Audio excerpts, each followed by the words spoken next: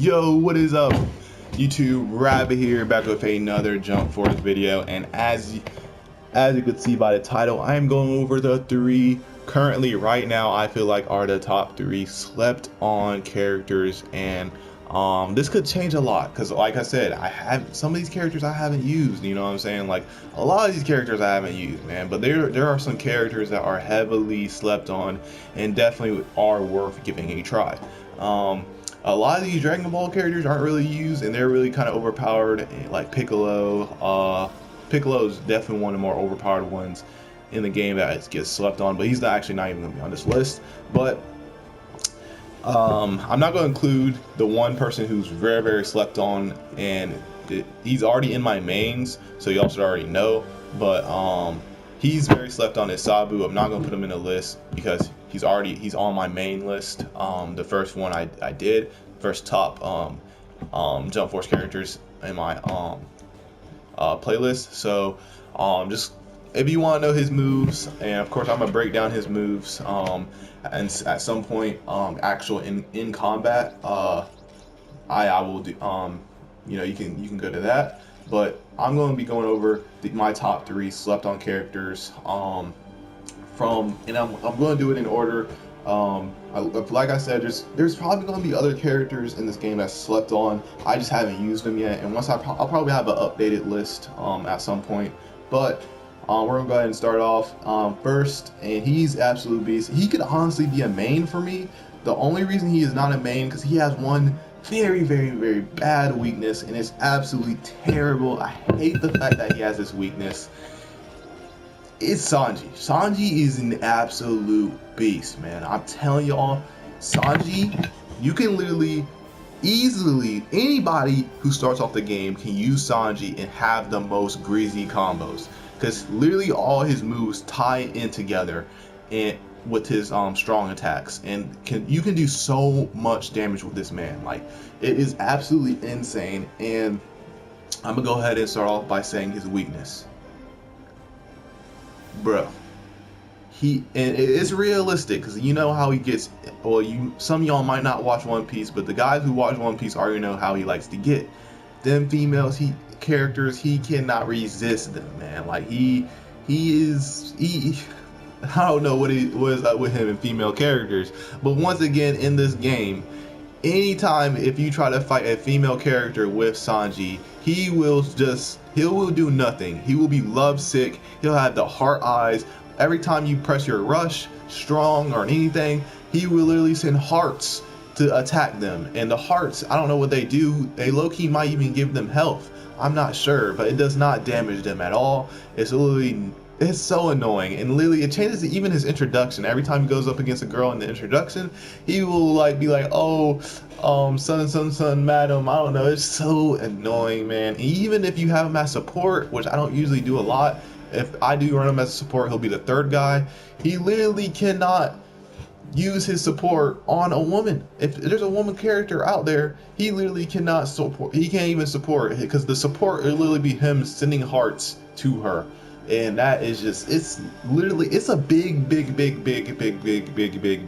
weakness. Like that's a really bad weakness. And pretty much if they have one female character in their rotation, it's pretty much 3-on-2 automatically. And it's really tough if you put Sanji in your second spot. So that's why I'm saying, don't ever put Sanji as your second spot, because if he's in your second spot and he pulls out a female character and you're trying to you switch and you pull out, let's say you pull out your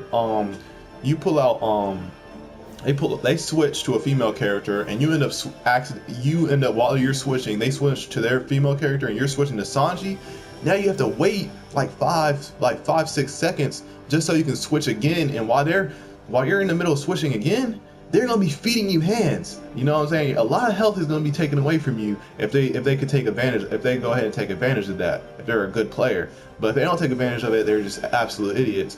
But you're gonna have to switch to a third person. So always have him as your first or third person. If you have him even first isn't really recommended, because if he's your first person and starting off and they're starting off with a female character and they know that Sanji cannot fight a female character, they will smash you. Like literally, they will smash you in the beginning. Because I ran into this because I used to use Sanji as my as a main and used to be my first character most of the time.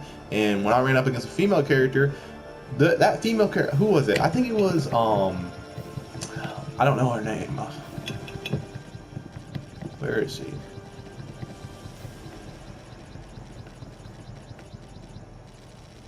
Oh, Rukia, yeah, Rukia. She, and like anytime I face Rukia, she never smashes me ever. Like she does not ever do anything. Like I mean, obviously she can do some good. Like against a good player, they can use her wisely. But I've never been like absolutely clobbered by a Rukia before. Like, but it literally took the person literally took 75% of my health before I could switch to fucking what's the name, because they had me in a mean combo. And I don't know what combo it was, but I literally couldn't do nothing because I couldn't like escape and then attack. Anytime I escaped, he was back, he hit me with a escape chase, which, oh my god, it was so aggravating and it was painful. Obviously I ended up losing the match, but bruh, Sanji, don't start Sanji. You know, I said just don't start him in the middle. Don't start him in first or second. Put him at third. So if they don't have a character, you can use them as a main and still switch through. Or, you know, you can just use them as third like regular. Or, you know, but if they do have a female character, you can usually avoid being in a situation where Sanji is fighting a female character most of the time. But like I said, when he isn't fighting a female character, oh my god, like the combos with this man. Literally, if you go back to my first ranked play stream, literally if you go to like the last 40 seconds, I hit the meanest combo with Sanji. It took like at least 40% of the guy's health, and it was like a 30 combo, and it wasn't like a 30 combo with like the Diablo Jambe consist spin like that already does like 25 hits. Like it was just me doing I think I did 2 strong. What you do is 2 strong attacks, then you do the Diablo Jambe Joe shot, which pretty much is, because of his strong attack sends him to the ground and you're going to be in the air, you can use the Joe shot and launch to him, and like it's literally like you launch to the ground. And you can activate this in midair. You launch to the ground, and like a burst of flames kind of like pop up or something like that. I don't know, but you can combo it really well. And then you can literally, if you want, you can do Diablo Jamba, the mutton shot, which is pretty much him kicking up, and it kicks you, and then he just does like something, I can't remember what he after does once he like steps up, uses his hockey that lets him walk on air, and then he literally just kicks you, and then he does something else. Or you can do the Spectra one, and pretty much it's just like him. It's just like I know he spins a fire. Of course he's kicking. It's just, I don't know. It just combos so well together with either one of those. Or you can even throw in your awakening. I usually don't throw in the awakening mostly, but you can also throw in the awakening. Usually I like to throw in the awakening after I hit the strong, the 2 strongs, then the Joe shot, and then another ability, and then after that I'll usually do the I cannot pronounce any of his fucking moves, but the spin one that is awakening, which is an absolute beast. Like literally, it looks so good, and it just takes so much health. Like literally, you can probably do half health with one combo with this Sanji card right off the bat. Like if you can get away from him, charge up to 5, you can easily take 50% off the health, and he's just a really good player character. Once again, he would be a main if he didn't have that weakness, and he probably would be the best character in the game if he didn't have that weakness, to be honest, in my opinion. But I don't know. We'll go into the second, I feel like, most slept on person, and I don't use them as much as I used to use them. When I was using them, I think it was like Saturday I used them a lot, and he has some pretty good combos. He has some really good moves. I think he's just a really fun character to use, and that's Kenshiro. Oh my lord, Kenshiro, bro, he be feeding hands, man. I like me fighting with this man wanted me to go back and watch this anime until I realized how old it is. I don't know if I will end up watching the anime or not, but I might. because literally he is just an absolute beast at feeding hands. Like, and that's what I like to see, you know, niggas feeding niggas hands. But what makes this dude so good is his chasing. His chasing is really good. You can chase if you chase, and then only time that makes him mad, only time this guy isn't really good if you play somebody who is like who just has his block up the whole game, and you're just forced to just do grabs after your chases. But if he's not just spamming, if he's just like using it smartly instead of just like holding it the whole time, you can easily, if you time this perfectly, chase, and then right when you get to him, hit block. So because most of the time they'll try to make a move on you when you're chasing. If you throw up the block, he's gonna be wide open. You hit the 100 rending fist. Oh my! It's like that does so much damage, and literally, I think it literally does 100. It's literally 100 hits. So if you hit the 100 hits, and immediately after the 100 hits, you hit the heavens splitting life or of death, which is like a blast. It literally it turns into like 100. It's like easily 110, 115 combo, and it's just really good. The awakening senses is also pretty good. It's like his charge. You know, I like to use that a lot too. It's kind of like similar to how it's not as overpowered as Goku's meteor combination, but it's pretty much just similar to that. And I don't know, it's hard to explain this character because I don't use him as much anymore, but he's just a beast. Like he's honestly a beast.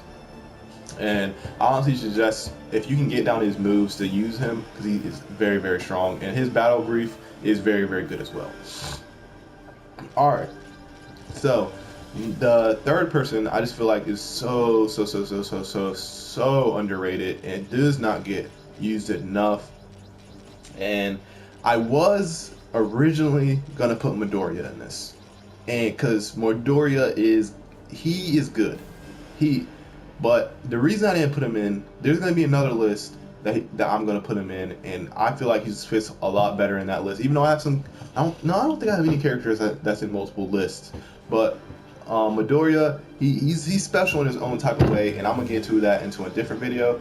But I decided to put Jotaro in here. Jotaro is very good, and what makes him a top 3 underrated player is fighter is pretty much, he can be a main or he could be a support. Like, he does main and support very well, and there's a lot of characters like that, you know, like Vegeta's a good main support and stuff. But Vegeta, a lot of people use Vegeta, not a lot of people use Jotaro and know that he's also a really good support.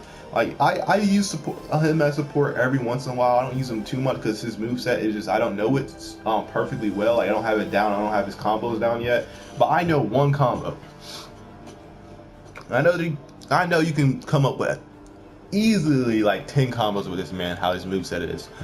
But I only got down one combo with this man, and so far, that's all I need with him to do a lot of damage. Like, this tutorial, literally the Aurora joint, that joint does wonders, bro.